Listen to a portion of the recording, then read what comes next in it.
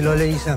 Most likely, dementia daw. Nung na-hold up si nanay at napatay siya, iyak ako ng iyak. Tumahan lang ako nung dumating si Lola at niyakap niya ako. Simula nun, kasama ko na si Lola sa lahat ng laban namin. Kaya nasasaktan ako na makita siyang ganito. Kasi pakiramdam ko, hindi ko siya masasamahan sa laban na pinagdadaanan niya. Vince? Oh, pwede ko muna. Vince! Sige po, balik na lang po ako. Ano nangyari dun? Eh, inuuna mo yung love life eh. Yung love life na yan, pahama kasi yan. Pero si Dante, inuuna niya yung love life niya, edi napatay. Wala naman ako ibang pinagsabihan eh. Sabi mo, wala ka rin ibang pinagsabihan, di ba? Paano niya malalaman yun? Bakit pa tayo dito nag-aantay? May kamag-anak si Dante na pinagsabihan niya bago siya mamatay kung sino talaga ang boss niya. Tapos, magkakaibang address yung ibibigay mo sa amin. Once pinuntahan ng sindikato yung fake address na yun, doon natin malalaman kung sinong traitor dito sa Station 12. Kargado. Mukhang hindi nagkamali yung duda ko. Si Robles nga yung ahas ng Station 12.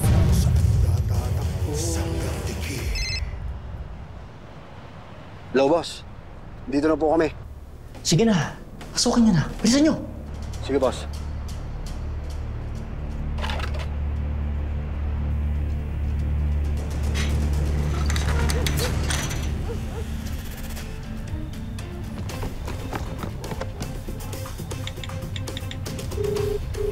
Boss, mukhang wala ng tao dito sa bahay. Mukhang nakalis na eh. Ano? Sigurado kayo? Oo, boss. Hinalaghog na po namin buong bahay. Wala talaga eh. Boss, mukhang naunahan na tayo. Hindi. Bukas pa nila pupuntahan. Siguro nag-backout lang. Sige na, umalis na kayo dyan. Tara, tara.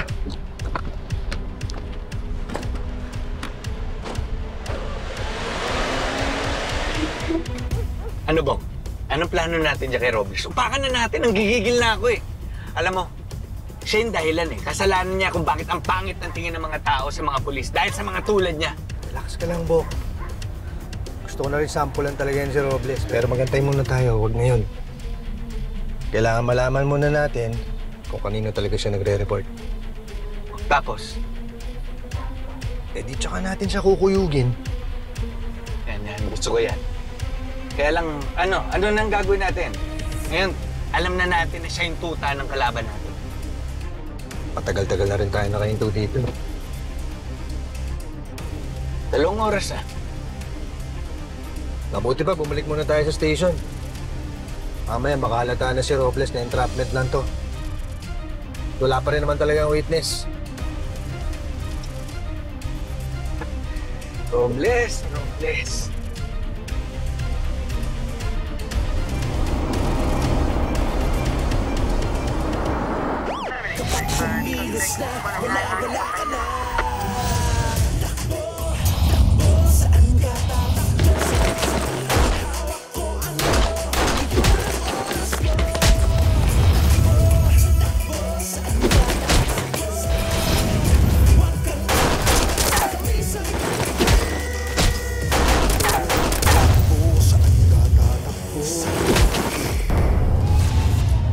Alam mo, kung hindi si Mayor, palamang si Ma'am Sofia may gawa sa'yo niyan.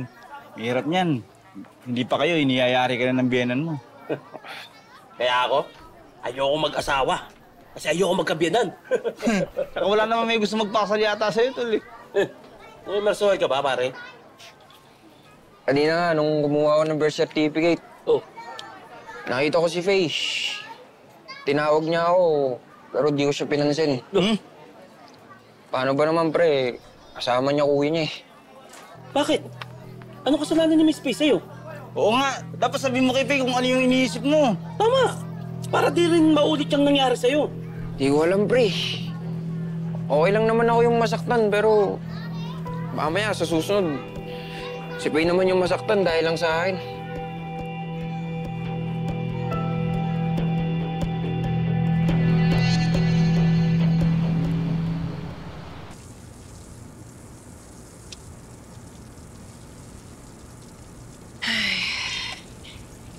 Bobby, pumunta yung kaibigan mo taga-fiscal's office kanina. Oo, nakausap ko na. May schedule na doon ng hearing no sinampan na kaso ni Ma'am Sofia. Ah, yung tungkol sa pamana ng tatay mo sa'yo? Oo. Di ba matagal yung hearing na yan? Kaya mo ba, Bobby? Oo. Para kay Lola.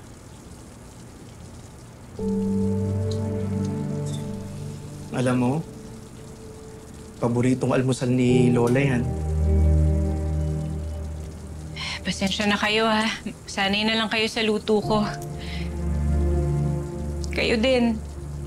Paghati-hatian natin yung mga gawain ni Lola dito sa bahay.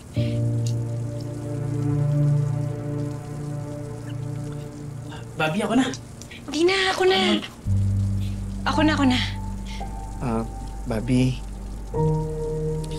nandito lang kami ha. Hindi man kami tunay na apo ni Lola.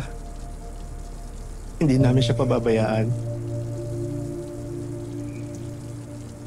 Ikaw din, Bobby. Hindi ka namin pababayaan. Salamat.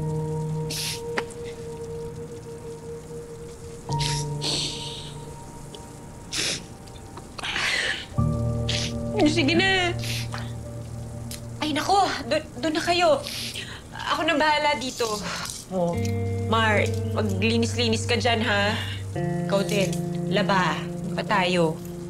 Ha? Ay ka na. Tara na, para kay Kapitana. Para kay Kapitana. Bobby, Para kay Lola. Uy, mamaya na yan. Uy, ko, tara na nga.